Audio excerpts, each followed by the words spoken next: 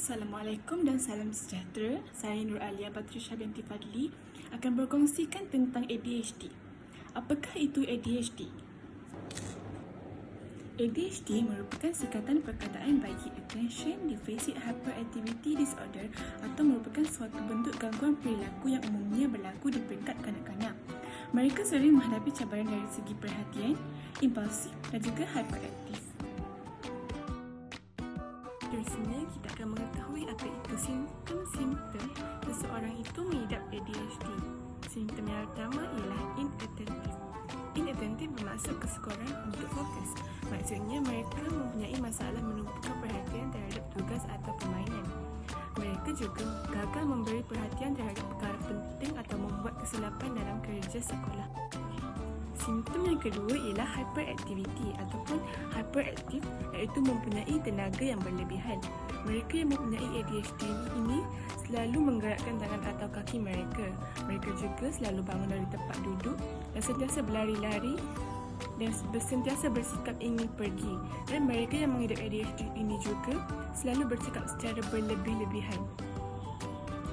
Simptom yang ketiga ialah impulsivity ataupun impulsif, iaitu kecenderungan untuk bertindak tanpa berfikir dahulu.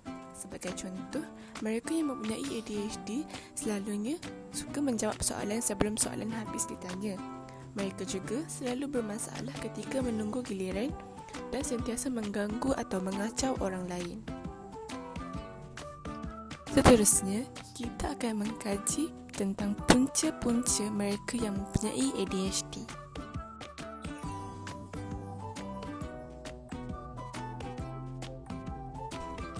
Punca yang pertama adalah disebabkan oleh genetik.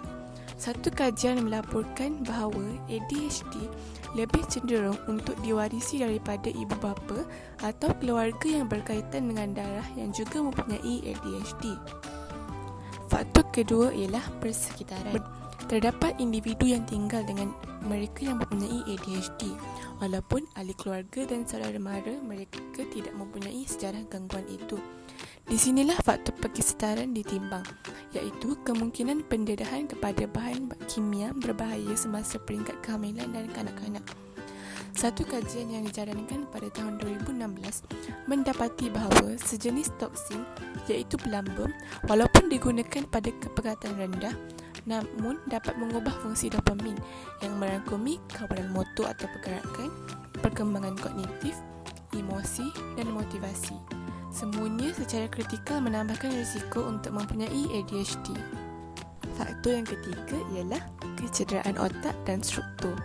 Kanak-kanak kecil yang mengalami kecederaan otak traumatik digambarkan mempunyai peluang yang lebih tinggi untuk mempunyai ADHD kemudian dalam kehidupannya. Hal ini disebabkan oleh kerosakan yang dikenakan ke atas otak yang boleh menjejaskan kebolehan perhatian mereka. Selain itu, struktur otak yang tidak normal juga boleh menjadi punca penyumbang kepada ADHD. Menurut penemuan dalam jurnal saintifik, digambarkan bahawa mereka yang mempunyai ADHD mempunyai saiz bahan kelabu yang lebih kecil yang bertanggungjawab untuk kawalan otot dan aktiviti deria seperti melihat dan mendengar, ikatan serta ucapan. Faktor yang seterusnya ialah kehamilan pramatang.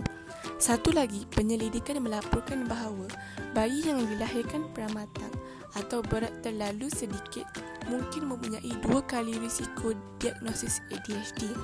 Hal ini kerana penghantaran awal boleh mengganggu proses pembangunan normal sistem saraf pusat yang terdiri daripada otak dan saraf tunjang yang banyak berfungsi keupayaan memprosesan maklumat dan pergerakan badan. Punca yang terakhir ialah pengambilan alkohol dan penggunaan dadah.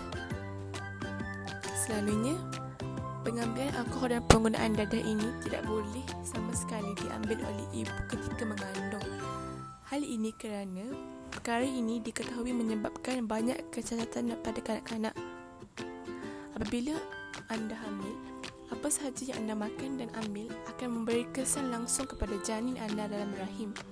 Ubat-ubatan seperti ganja dan heroin boleh membawa kepada keterbelakangan fizikal dan mental, manakala alkohol menyebabkan kecacatan dalam sistem saraf pusat. Quiz time.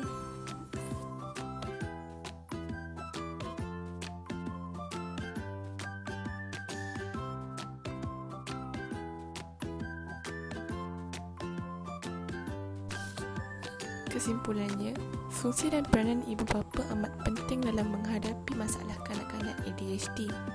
Dalam keadaan ini, ibu bapa perlu banyak bersabar dan menggunakan teknik yang betul untuk menghadapi masalah seumpama itu. Lazimnya, pemeriksaan urat saraf dalam kalangan sebahagian besar kanak-kanak dikatakan mengalami sindrom hyperactivity selalunya tidak menunjukkan sebarang gangguan. Malah kanak-kanak yang dikatakan mengalami kerosakan otak sebahagian besar tidak menunjukkan kelakuan hyperactivity. Proses penilaian kanak-kanak yang dikatakan hyperactivity ini merangkumi pemeriksaan pediatrik dan psikologi. Pemeriksaan juga harus dilakukan oleh pakar kanak-kanak untuk memastikan tiada gangguan urat saraf atau tahap ciri elemen pelambung yang tinggi dalam darah. Apabila anak menunjukkan tingkah laku tidak elok, nasihati mereka agar tidak mengulangi perbuatan itu. Tapi jika mereka berbuat baik, jangan lupa memuji mereka. Sekian, terima kasih.